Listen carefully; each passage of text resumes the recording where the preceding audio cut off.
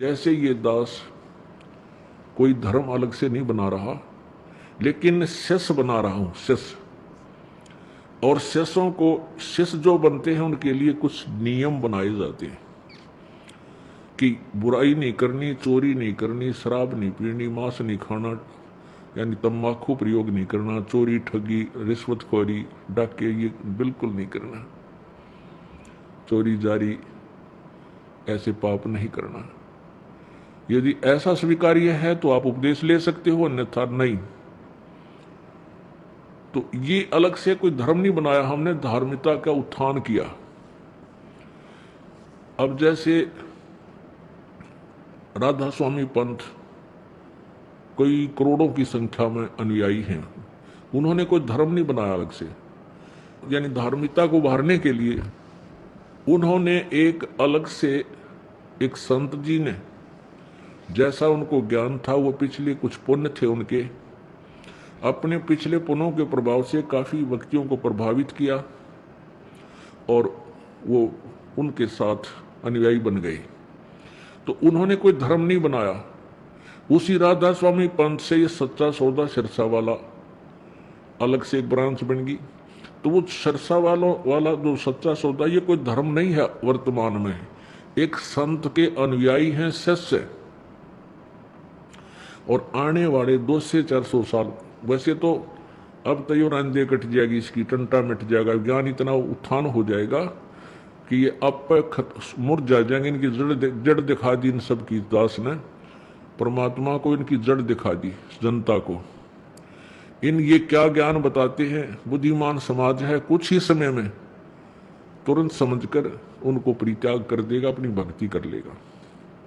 अन्यथा ऐसे ही अंधेरा चलता रहता तो 100, 200, 400 वर्ष के बाद धन धन सतगुरु एक धर्म बन जाता और राधा स्वामी एक और न्यारा धर्म का लटकट जाता। तो ये आपस में हम डिवाइड होते चले गए धार्मिकता के आधार पर, लेकिन वो यथार्थ मार्ग हमें अभी तक मिला नहीं, इसलिए हम आगे से आगे बढ़ते चले गए। अब समय आ गया है वापस एक होने का, इकट्ठे होने का समय आ गया है। बुद्धिमान समाज है, हमारे जो सदग्रंथ हैं वो हमारे पास विद्वान है, पवित्र चारों वेद, पवित्र श्रीमद् भगवत गीता जी, पवित्र पुराण, ये किसी धर्म विशेष के शास्त्र नहीं है, ये लिपिबद्ध किए गए। उसमें कोई धर्म नहीं था, ना हिंदू थे, ना मुसलमान, ना सिख, ना ईसाई। लेकिन वर्तमान में इन सदग्रंथों को हिंदुओं के ग्रंथ माने जाता है। ये सदग्रंथ जो ज्ञान देते हैं, उन्हीं से मिलता जुलता ज्ञान पवित्र कुरान शरीफ में है और उन्हीं से मिलता जुलता ज्ञान पवित्र बाइबल में है और उन्हीं से मिलता जुलता ज्ञान पवित्र गुरु ग्रंथ साहिब के अंदर है। लेकिन जो गुरु ग्रंथ साहिब के अंदर पहला महला की वाणी, यानी गुरु नानक देव जी की जो वाणी है, वो 100% सत्य है और वो 5वें वेद से भी मिलती है। तो पुण्यात्माओं, हम अपने अपने सदग्रंथों को फिर देखेंगे और दोबारा अब हम पढ़ सकते हैं, हम शिक्षित हैं। पहले तो हिंदू समाज में केवल एक ही वर्ग को संस्कृत पढ़ने का अधिकार था, अन्य को नहीं था, ब्राह्मण बोलते थे उनको। अब हम सभी ब्राह्मण हो गए, हम सभी शिक्षित हो गए। ब्राह्मण सोए जो ब्रह्म पहचाने